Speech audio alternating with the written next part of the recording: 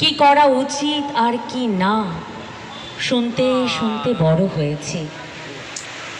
মা বলতেন, তুমি মেয়ে, মেয়ে মানুষের অত স্বাধীনতা থাকতে নেই। আমার বয়স যখন 19, একটি ছেলের সাথে পরিচয়। সে আমাকে বলে কি না, এসো হাত ধরো। ইস, আমি কি এর আগে কখনো কারো হাত ধরেছি? আমি ছেলেটির হাত ধরে কোথায় কত দূরে চলে যেতাম। ছেলেটি খুব সহজে হয়ে গেল আমার অভয় নীল আকাশ, শাড়ির আঁচলে পদ্মফোঁটা সুনীল সরোবর। এ কথা বাবার কান পর্যন্ত পৌঁছল যেদিন, তার ক্রোধ আর কৌলিন্যের দণ্ডে আমি জমাট হিমবাহের মতো হয়ে গেলাম, আর হারিয়ে গেল আমার অভয় নীল আকাশ। একবিংশ শতাব্দীতে ভারতবর্ষের মেয়েরা একতাল মাংসপিণ্ড।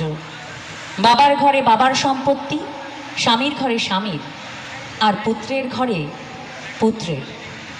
বংশমর্যাদার ভারী তাবিজ গলায় বেঁধে সারা জীবন অন্যকে খুশি করে যাওয়ার পবিত্র দায়িত্ব পালন। আমাদেরও যে ইচ্ছে আছে হরেক রকম ভালো লাগার, ভালোবাসার, বৃষ্টি জলে ভেজার, সে কথা কি কেউ শোনে? কারণ আমরা যে মানুষ নই, মেয়ে মানুষ।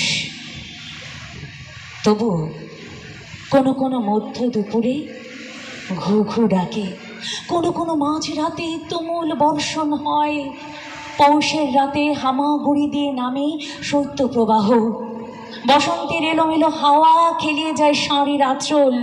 তখন হঠাৎ সেই ছেলেটিকে মনে পড়ে যে আমাকে বলেছিল, এসো হাত ধরো। সেই ছেলেটিকে খুব মনে পড়ে।